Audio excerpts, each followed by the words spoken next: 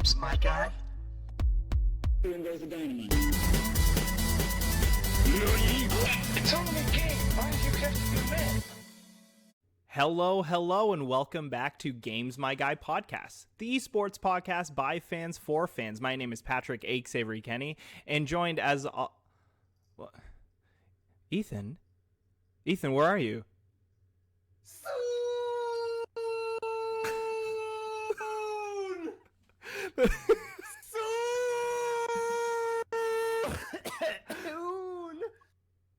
Oh, Ethan, a little Christmas hat, some new Boston Uprising cheer. Is everything okay? Bonjour, mon ami Patrick. Comment ça va? Ça va bien, actually. Très bien, mon ami. Très bien. Ethan, what's with this French accent and Boston Uprising scarf? Oh, I've been eating all the poutine, and I've been tabernacling all over the place. I know what that means, but it's been a good week to be an Uprising fan. Soon, he's here, Patrick. Soon, arguably the most competitive signing the Boston Uprising have ever had. Oh, pretty good stuff. Heavens! I haven't felt this good. I haven't felt this alive since, I don't know, in terms of Boston news. I was happy about I Am 37. I was happy about other people being signed, but it's soon. This is a name player. This is a big boy. Yeah. This isn't just a random this isn't just like, oh, they might be good. This isn't like a guy who's like, oh, it's got a lot of potential. No, this is soon, baby. Widowmaker 1v1 runner-up. The French Prince of Overwatch. The silver medalist for the Widowmaker 1v1. That guy, one of the guys who took down Team South Korea at the World Cup. It's just, oh my goodness me. When I saw the news, I saw them tease it. I didn't believe it at first. I thought, this can't be real. I thought, you're a goddamn champion, Ethan, and you know it, man. I am. I didn't know how to feel, man, when the news came out. Well, I saw them say something soon is coming. I was like, don't do this to me, boss. I remember even messaging you. I'm like, I think that Boston might be teasing signing like soon, but that can't be right. And then that doesn't sound right at all. Later, yeah. I was like, I had to double check to make sure it was not a parody account like 3 times because I have a picture of the announcement on my phone because I just kept it. Is it sometimes? Is it your phone background? It should be, but I look at it and I still don't. It's hard to believe. I see soon. Even in his stream, he's got the Boston stuff on his stream, and I'm like, it doesn't feel real yet. I don't know what to do with my hands. That's why. So I've got the scarf on today. It's the holidays. This was my Christmas present. Yeah, I mean, the holidays are giving us a lot of reasons to be thankful. I mean, the soon signing to Boston Uprising was a big thing, but I have a present for you, Ethan. With the soon signing, I've prepared something for today's podcast. Okay, just let it load. Soon is on Boston. Man, I got this new rap. It's all about this French guy. He's coming over to Boston Uprising. He's really good at this game, but holy moly, is he gonna really play a lot because he's really old. Soon is now in Boston. He's very good, and now we're gonna do the game as really understood. Boston Uprising has signed an old French guy to do DPS, the Silver Widow 1v1. He's the boy, you gotta love him.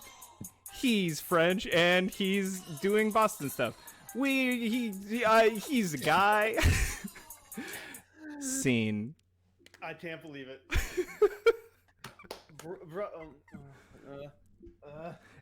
Bravo. No, that's not right. In true Boston fashion, just park your car in Harvard Yard, and we'll celebrate over 2 hot dogs at a Red Sox game. Terrence Tabule is coming. The Uprising. I Now, don't know how to say bravo or congratulations and great performance in French. I'm a bad Canadian. I don't know a lot of French. I exhausted all of my French at the beginning of this episode. I mean, it's our second official language. It's not our first. It's true, but it's not like I took French, as we all do in Canada till I think it was the 10th grade, maybe 11th. I don't remember. It's one of those. I should be able to understand or speak some. Yeah, you'd be able to say I can't speak French in French, but forgot how to say that. Just so you can cover your bases, I thought in case I was ever in Paris, which I think I was once, actually. I think I actually have been to Paris. I just... Oh, no, I haven't. Wait, no, I went to Italy. Did you just like jump into your past life just there? I could have sworn like we stopped off in Paris or France, but I don't think I did. I just remember French. Now, Ethan, remind me. So the Boston Uprising lineup, give me the rundown, because Soon is a massive pickup, as we've been talking about for the last 5 minutes. I think, But what does this mean as a whole for Boston? It actually means a lot, because Boston has made some pretty impressive moves so far. They still have some holes to fill, which I'll get to in a second. But what Soon brings to the team, not only does he bring like an amazing tracer, a really strong hit stand presence, he brings that experience which the team seems to have been lacking in the past couple of years. They had Munchkin for like a week, and then he left. And then like in season 1, obviously veteran experience wasn't a thing because everyone was new. But what Soon brings is 3 years of top tier performances, 3 years of championship mentality to the team. Like he did very well in Valiant season 1. Season 2 Paris floundered a bit, I'll admit, a lot. Not a bit, I guess. That was just a weird situation. But then Soon showed up in 2020 again when he was called upon. He brings a wealth of veteran experience. He brings the skill. He brings the hype. He brings the French fans, to be honest. The French Overwatch went nuts. Everyone was changing their flares to Boston within seconds on like Reddit. If you saw a French person on Reddit and they were an Overwatch fan, it was all of a sudden they were a Boston fan. And it was great. But so the team now has, on DPS, they have Color Hex, IM37 soon, right now. They're rumored to sign a player named Valentine from WGS Phoenix. Maybe. We'll see if it happens or not. For tanks, they have Fusions, Stand 1, and Punk. It's pretty good. A lot of people are really excited by Stand 1. I'm curious to see what he'll do. I'm not 100% yet because he was pretty good in Shanghai, but then he got benched for Fearless. Obviously, just Fearless is a god. Right. And of course. And we praise him and we thank him for his gifts to us every day. And then on support, though, they just have wee little Myeonbon. They don't have a main support player yet. They just have Myeonbon, and they might sign a player named Faith again from WGS Phoenix, but we'll see how that goes. Hopefully it does happen because Faith is really good. Man, yeah, so that team's really rounding out. Punk last year, I know we talked a lot about him while he was playing. He's really exciting to watch, and hopefully, with all the travel bans coming down possibly next year, or at least getting Punk in the region would be nice, so that he doesn't... Patrick. He was in the house. He was in the house? Yeah, I don't mean to call you out here, sir. No, that's fair. That's fair. No, he just Punk, I think, has dual citizenship with, I think, in Australia and the US, and so he was very signing Punk was super easy for the team because they could get him. He didn't need a visa. Right. But I think we talking about Punk. He's look. If Boston had no disrespect to Mineral, he seems probably a decent fellow. Seems to be well liked by the players. Not a great coach. Let's just say that. And so Boston struggled. Every player on that team struggled, except for Punt when he immediately came in. Yeah. And then he even struggled. So I think giving Punt the chance to pair up with Stand 1 or Fusions if he has a Ben Best level resurgence maybe in Season 4. And I'm very excited to see. A lot of people have suggested they sign another off-tank, maybe like Gregory or this player named Gable Sai, I think his name is. Oh, okay. Pronouncing that wrong. But I'm excited for this tank line. As a Boston fan, I haven't felt... every season in Season 1, I've been going to Boston and like, I'm hopeful. They have potential. I don't know how they'll do, but now I'm like, you know what? They've signed players who are proven good. It's not just a bunch of, oh yeah, Alamo, he looked good in the World Cup for Team Brazil. Let's see how he does. See how he does in the Overwatch League.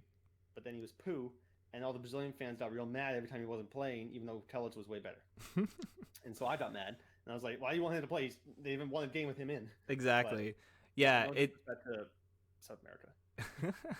Yeah, Brazil's an up and coming region. They have a lot of players that kind of come in and out. Animo was definitely one of them. But I mean, now that we're looking at most of the Boston signings and seeing like how competitive they're actually forming their team, Soon's a really great kind of like lightning rod to that situation, because you're signing Soon. That's not a cheap contract to pick up. So now we're looking at Boston maybe breaking away from its old habits of just signing pure rookie talent, seeing how they're going, and then selling them after 1 year.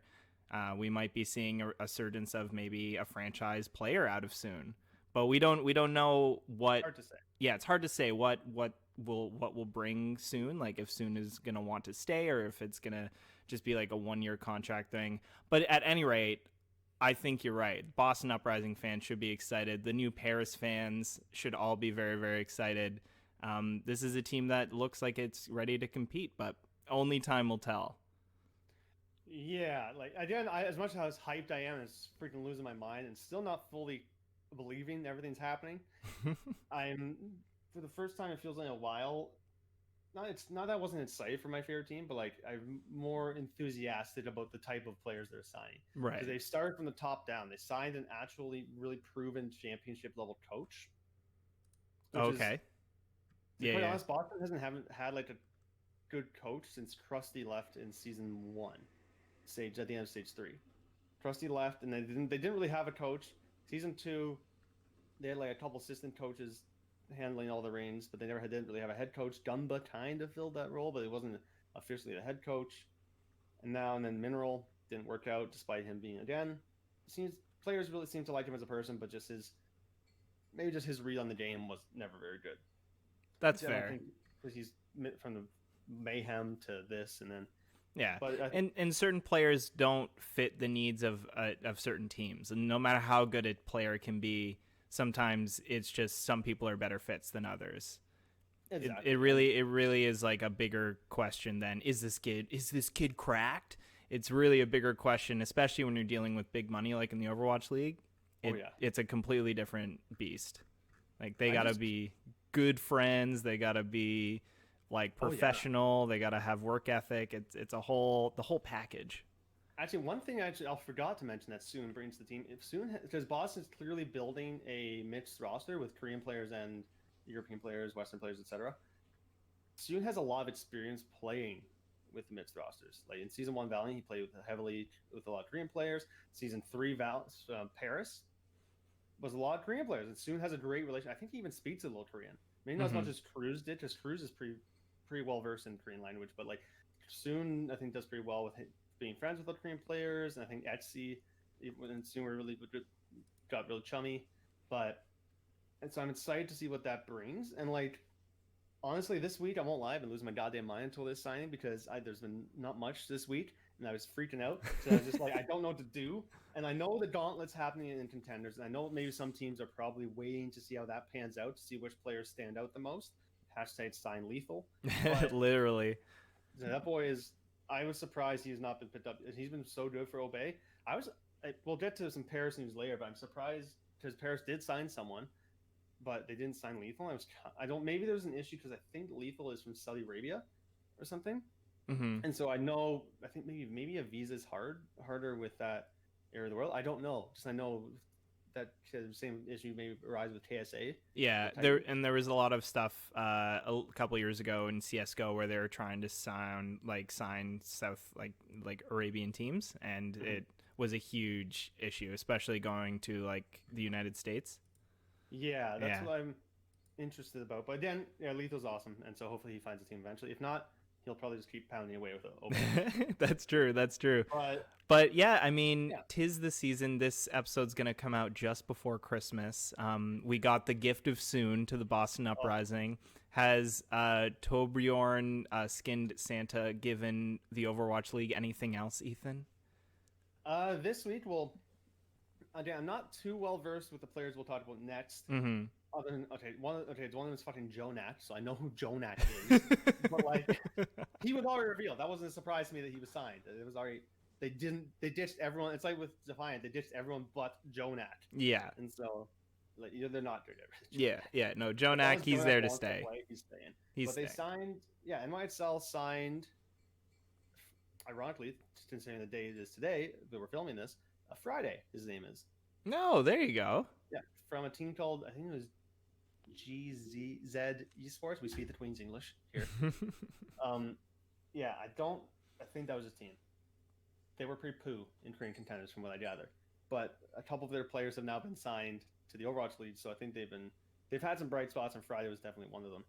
And so Yeah. pairing him with Donut hopefully works out well. Again, I primarily watch a lot of European contenders and NA contenders. I try and watch Korean contenders, but sometimes it's on so late and I can't stay up late enough to watch it. I have things I need to do in the morning, unfortunately, because Yeah. I'm dumb. Yeah, and last night we couldn't watch Korean contenders because we were playing the Halo 4 campaign. Which we did beat. And we beat it. We were exhausted, and we also, was it really worth it, Ethan? I think I thought it maybe was up until like the ending, and then like I didn't realize it ended. At first, I was like, oh okay.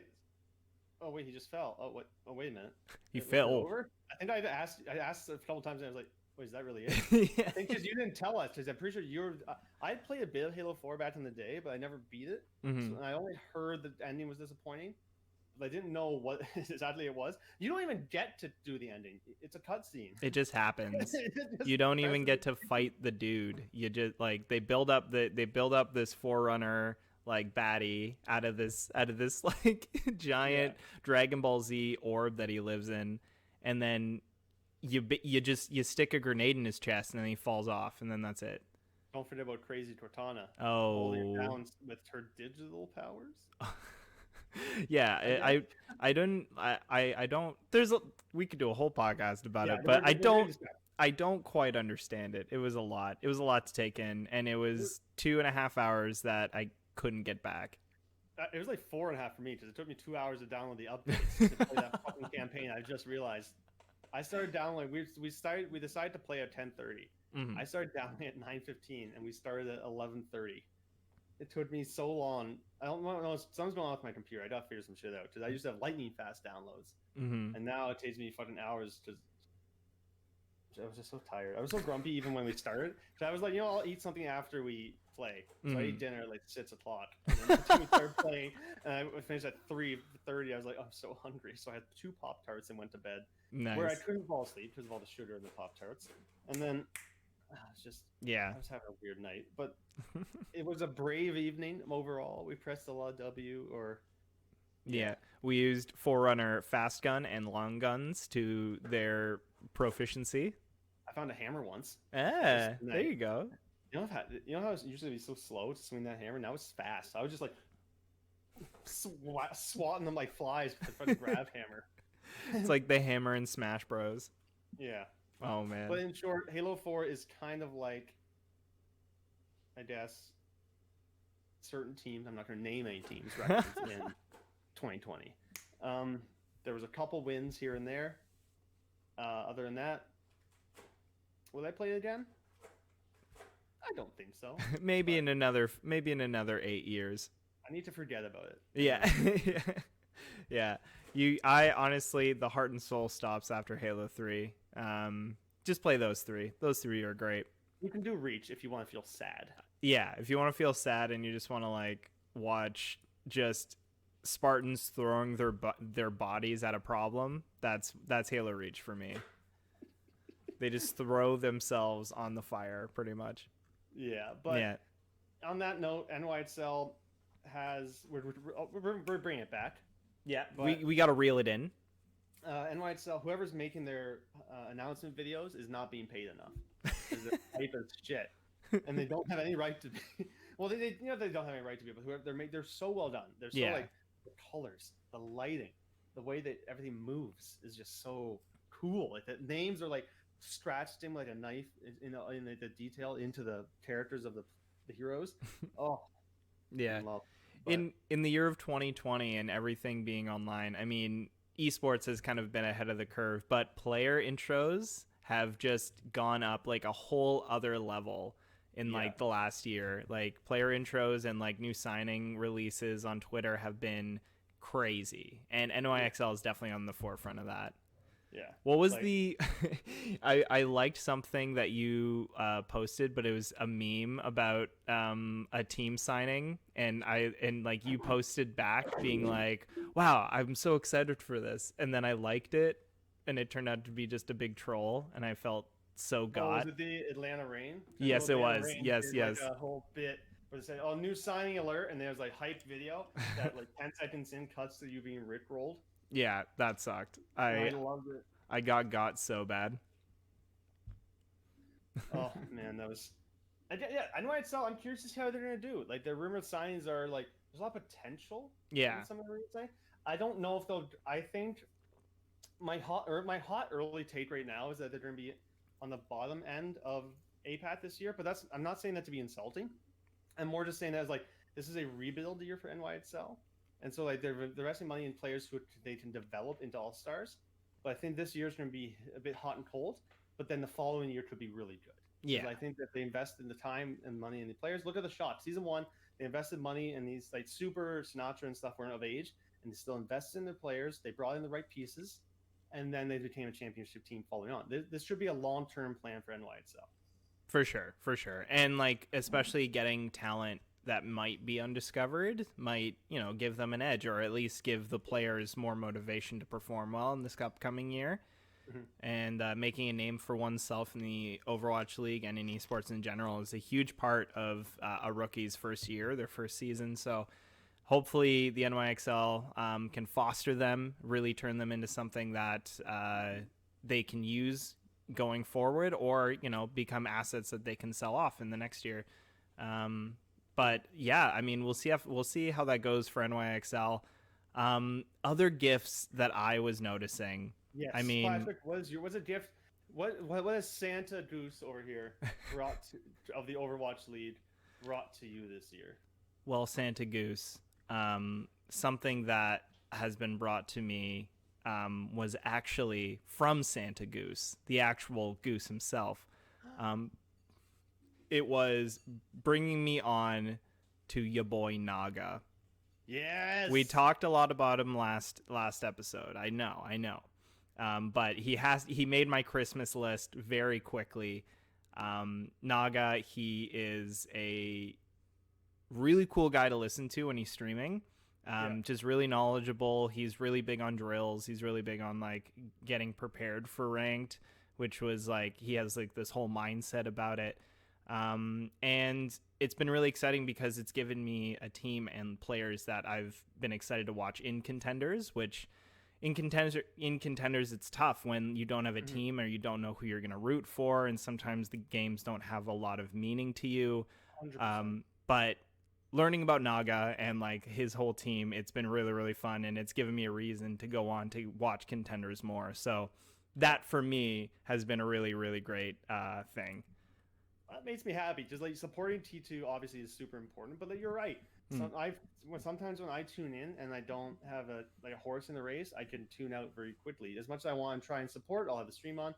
It's like I don't really care who wins, and it's hard to really get invested. Yeah, there's only so much leg day can do to make the games like super They do interesting. so much. Yeah. But like, yeah, Leg Day and Lemon Kiwi are my favorite contenders casters, and I think they should be in the Overwatch league.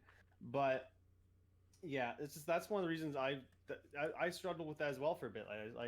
I felt like I was gonna have to choose Uprising Academy because I'm a Boston fan. Bloody, who's looking, mate? Who's looking? Come on, get here, you big goose. You just look so scared. Yeah, sorry.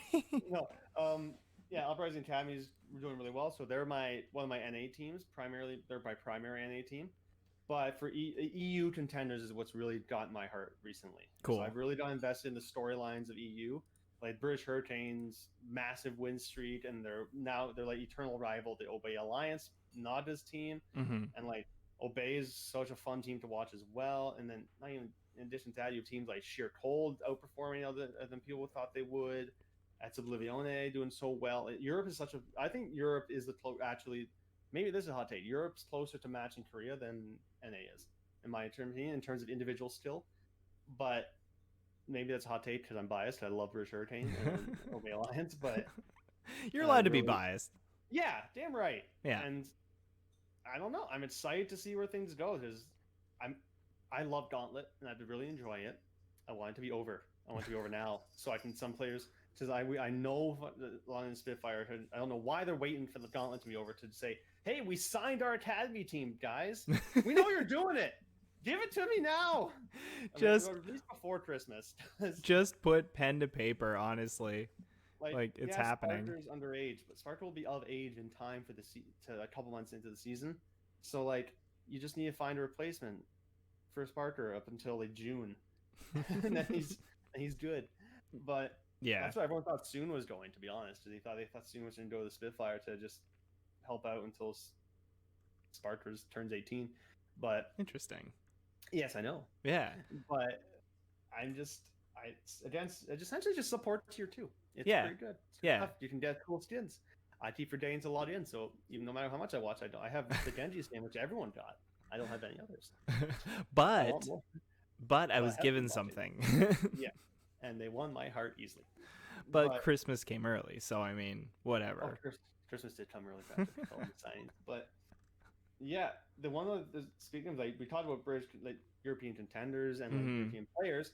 The Paris Eternal have finalized their roster. Actually, they did it. Their last player is going to be Suna, Ooh. formerly of the Vancouver Titans. Ah. And actually, he was on Eternal Academy back when that was a thing as well. So there you go. Interesting. They have a French player again. And the French region, you were saying, it's definitely stepping up. There's a lot more players getting signed from that region, and the fans are ravenous. Like the Paris fans are some of the most passionate in the world. Yeah, like maybe not Paris in general, but French fans. I mean, that's French fair. fans are like wild. How much they love French players. I can totally see that, actually. Yeah, they're crazy. I love it.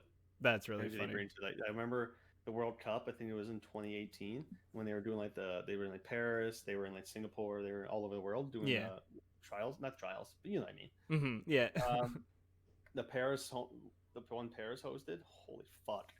The noise, like they're doing the things, they're streaming. Yeah, they're loving it. No one was more passionate than the French fans.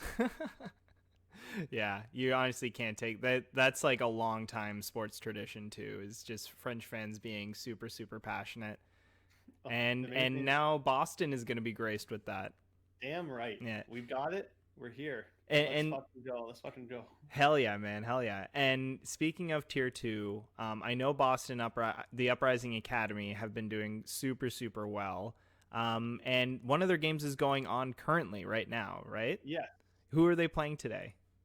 They're playing Dark Mode NA, who they've had an interesting story for their run too. Like, I think if I'm fairly certain, a bunch of their players used to be on Revival, and the Revival booted them before the Gauntlet, picked up a bunch of Overwatch players, Overwatch League players, like Muma, Paintbrush, Apply, and then I'm pretty sure Dark Mode knocked the Revival out of the Gauntlet with their X players. Moser, who's their flat support, actually had one of the best, coolest plays. Yeah. He was in the back. Apply stuck him with a pulse bomb, then booted into the little helipad room. Moser transcended and then went into the room with Apply and killed Apply with his own pulse bomb. Holy shit! I think you can find a clip on like Twitter and things, and it's so fucking cool. Holy shit! Like, you have to time that shit because he knew that Apply didn't have the recall. He was out of blinks in that one moment. He could just That's crazy. Great. Like you basically have like 1.5 seconds before that detonates. Yeah, that's crazy. Holy really mackerel! Wow, tier 2, man, tier 2. It's stepping up. But this, spicy, man. Yeah. Oh, I love it. But this brings us to the end of our podcast episode. And in true Christmas fashion, I think we do a little round table and we just say something that you were thankful for in 2020 for Overwatch, whether that's the game or the Overwatch League. Goose, Papa, Santa, Goose, Ma, what are you most thankful for? Oh, well, two things I'll say, actually. I think I'm most thankful to be... Well, a few things I'll say. I'm very thankful to be the beat writer for the Vancouver Titans at thegamehouse.com. That's made my year, really. It's been one of my most enjoyable things to do outside of this podcast, because I love just talking about Overwatch, and I love talking and writing about it. But in terms of the Overwatch League, other than the Titans, of course, I'm very thankful to the LA Valiant. We're actually one of the my favorite, maybe my favorite team to watch this year was the Valiant, and just how no one thought they'd do well, especially Sideshow. So he thought they'd do so bad. He bet he shaved their logo into his head if they made like top 10 or something, and they did, and he had to. And they're great, but I'm also thankful the Boston Uprising got a playoff win, and no one thought. I want to say this again. I'm pretty sure it was like 99% of the bracket. You know how they like that bet you could win like $1 million or $100,000 for having the perfect bracket? Yeah. 99% of the brackets were broken on day one when the Boston Uprising beat the Houston Outlaws in the playoffs and knocked the Outlaws out. Oh my God. So you're welcome, world. Boston Uprising is here to ruin your dreams of winning money. Yeah, and who knows? They might be shit disturbers next year. You never know. You never know. Yes, and Patrick, Mr. H, my sweet prince. What did the 2020 Overwatch bring you this year for Christmas?